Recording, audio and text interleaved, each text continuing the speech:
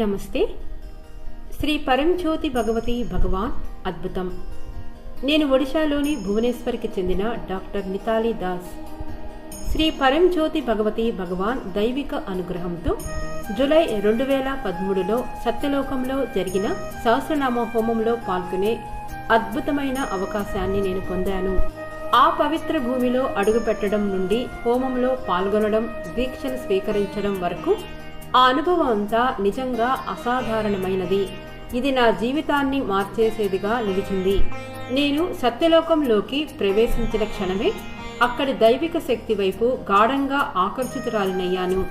ఆ ప్రదేశం ఎంతో పవిత్రంగా, చైతన్యవంతంగా, అత్యంత ఆకర్షణీయంగా అనిపించింది. 21 రకాల ఐశ్వర్యాల ప్రాప్తి కోసం ప్రార్థనలతో నేను సిద్ధమై అక్కడికి వెళ్ళాను. కానీ అక్కడికి చేరుకున్న తర్వాత ఒక అద్భుతమైన విషయం జరిగింది. నేను ఎంతో శ్రద్ధగా సిద్ధం చేసుకున్న ప్రార్థనలు, కోరికలన్నీ నా మనస్సు నుండి పూర్తిగా చెరిగిపోయాయి.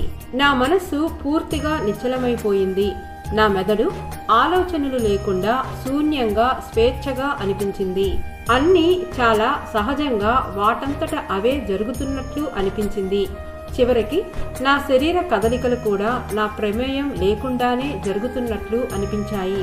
అంతకు ముందెన్నడూ అనుభవించని గాఢమైన నిశ్చలతను, ప్రశాంతతను నేను అనుభవించాను. హోమం సమయంలో నేను కేవలం ఒకే ఒక్క ప్రార్థన చేశాను.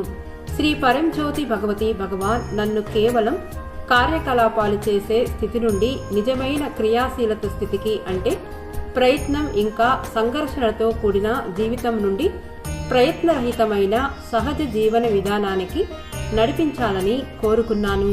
హోమంలో పాల్గొని వివిధ దీక్షలను స్వీకరించిన తర్వాత నాలో లోతైన మార్పులను గమనించడం ప్రారంభించాను.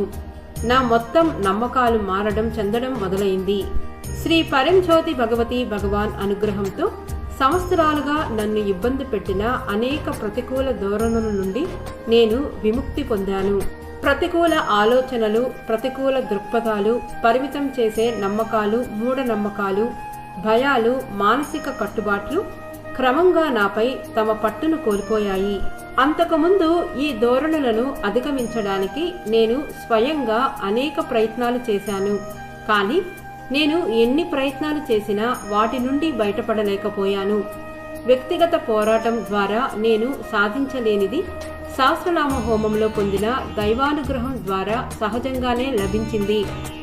ఈరోజు నేను ఎంతో ప్రశాంతంగా, నిశ్చింతగా ఉన్నాను.